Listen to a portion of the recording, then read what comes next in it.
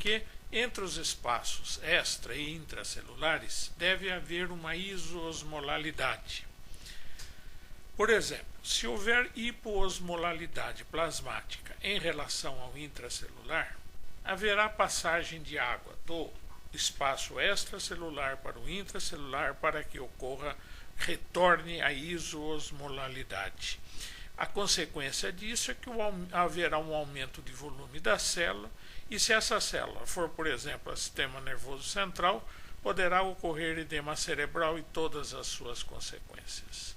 Para que isto não ocorra, o rim deve eliminar o excesso de líquido. E como ele faz a eliminação da água? Através do rim, através da ação do hormônio antidiurético. De forma inversa, o organismo irá reter a água através da ação do hormônio antidiurético no rim. Consideramos valores normais para a osmolaridade plasmática 280 a 285 miliosmóis por litro. Na urina, qualquer valor pode ser considerado dentro da faixa chamada normalidade. O exame de osmolaridade urinária deve ser interpretado em função do valor da osmolaridade plasmática. Uma urina será hipotônica ou hipertônica se a osmolaridade encontrada na urina for diferente da osmolaridade encontrada no plasma. Mais uma vez enfatizamos: quantidade de sódio determina o volume líquido corporal, que é manifestado clinicamente por turgor do subcutâneo diminuído e hipotensão arterial postural. Edema periférico quando estiver aumentado o volume extracelular. Concentração de sódio indica quantidade de água, e isto é manifestado por sintomas incaracterísticos ou por alterações neurológicas, que vão até o edema cerebral no excesso de água, ou hemorragia cerebral por contração cerebral, falta de água. São os exames complementares que irão definir melhor a situação. Então, devemos distinguir bastante as disnatremias. Quando houver alterações de volume, isto é, quando a quantidade de sódio está elevada, ou quando se altera a osmolalidade, isto é, a quantidade de água. No caso do volume, os exames laboratórios são diferentes das alterações laboratoriais encontradas no distúrbio da osmolalidade. Vejam o diapositivo que está sendo apresentado. Quando a natremia, sinônimo de osmolalidade, se altera, receptores reagem promovendo ou inibindo a sede e estimulando ou inibindo a secreção do hormônio antidiurético. Este, por sua vez, se estimulado, irá, através da implantação da aquaporina 2 no duto coletor renal, favorecer a reabsorção de água. Se inibido, promoverá a diurese hídrica. Tudo isto pode ser avaliado pela análise do volume e principalmente da osmolalidade urinária.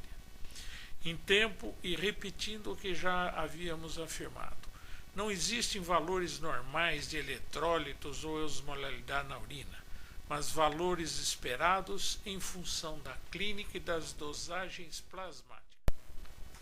Após analisarmos o volume líquido corporal, devemos sempre nos ater à análise da osmolalidade plasmática, isto é, de sua pressão osmótica, o que pode ser feito pela natremia, eis que o sódio é o grande constituinte dos solutos do espaço extracelular. Entendamos então que a natremia e a osmolalidade podem ser usadas como sinônimos. A osmolalidade pode ser calculada a partir da natremia, 2 vezes sódio mais 10, ou determinada em laboratório através de osmômetros. Admite-se uma diferença entre estas duas determinações, delta osmolar, de até 20 miliosmóis por litro. Se maior for a diferença, há que se pensar em osmóis que não participaram daquele cálculo da osmolalidade, sódio, ureia e glicose. Ureia e glicose contribuindo para o número 10. A importância de se determinar a osmolaridade do plasma é de se avaliar indiretamente o tamanho do cérebro ou do volume. Como dissemos, na falta do hormônio antidiurético, haverá um aumento do volume urinário, poliúria. Todas as vezes que encontrarmos volume urinário elevado, devemos lembrar que o volume da urina é formado por duas partes. Uma é o clearance osmolar, é aquela parte do volume urinário responsável por uma isostenúria, isto é, por uma osmolaridade igual à do plasma, e que corresponde ao líquido necessário para eliminar os solutos do organismo. Se houver hipo ou hiper, é sinal de que o clearance de água livre estará alterado.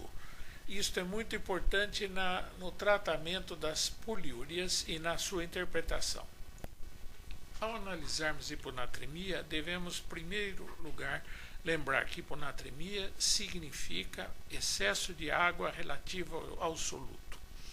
O volume líquido corporal não está incluído nisto, e a clínica do volume corporal, líquido corporal, determinará se ele estará normal, alto ou baixo. Na hiponatremia em si, há que se perguntar sempre se há sintomas característicos dela, há quanto tempo está presente e se esses pacientes portadores da hiponatremia estão incluídos em grupo de risco de encefalopatia.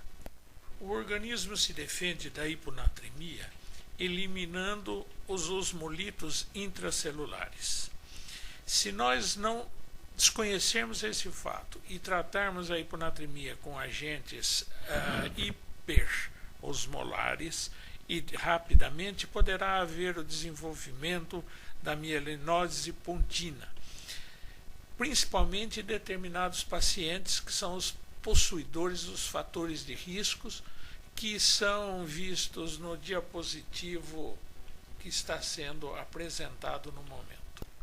A clínica diretamente relacionada à hiponatremia pode ser gastrointestinal, neuromuscular, ambas bastante inespecíficas, e o que mais chama a atenção da hiponatremia clínica são os sinais e sintomas neurológicos. Quanto ao tratamento da hiponatremia, nós devemos salientar que o tratamento do volume sempre tem prioridade em relação ao tratamento da osmolalidade. Se nós tivermos alterações de volume e de osmolalidade, devemos antes tratar o volume para depois tratar a osmolalidade. E esse tratamento, evidentemente, vai variar de acordo com o volume líquido corporal apresentado pelo doente com hiponatremia. A clínica da hipernatremia também é manifestada principalmente por sinais e sintomas neurológicos, sendo os sinais e sintomas digestivos ou sistêmicos menos característicos e não diagnósticos da entidade. Quando nos deparamos com um indivíduo eliminando muito líquido pela urina, é importante analisarmos se a soma do sódio e potássio urinário for menor que a sódio plasmático, é sinal de eliminação de água livre. Prestem bem atenção, porque isso é importante no tratamento dos pacientes. Agora, o contrário ocorre no tratamento da hipernatremia. As células retêm osmolitos, e se nós não desconhecermos este fato e tratarmos rapidamente com diluição o espaço extracelular, poderá entrar água para dentro da célula e por edema cerebral até o paciente vir a falecer. Alguns pacientes têm mais facilidade para desenvolver esse quadro neurológico, são os que estamos apresentando na tela em questão. Este é o tratamento clássico proposto para a hipernatremia euvolêmica, isto é, com volume líquido corporal normal, porque o tratamento do volume, como dissemos, sempre antecede o tratamento da osmolalidade. Vejam com atenção os cuidados que devemos tomar para evitar que apareçam complicações neurológicas. Quanto ao tratamento da hipernatremia com alterações do volume líquido corporal, verificar que sempre este volume líquido será tratado antes do tratamento da osmolalidade e esta com muito cuidado para evitar que apareçam sinais neurológicos.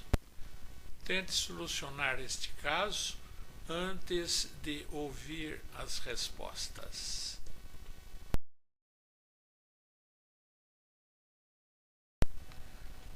Primeira questão, volume líquido corporal.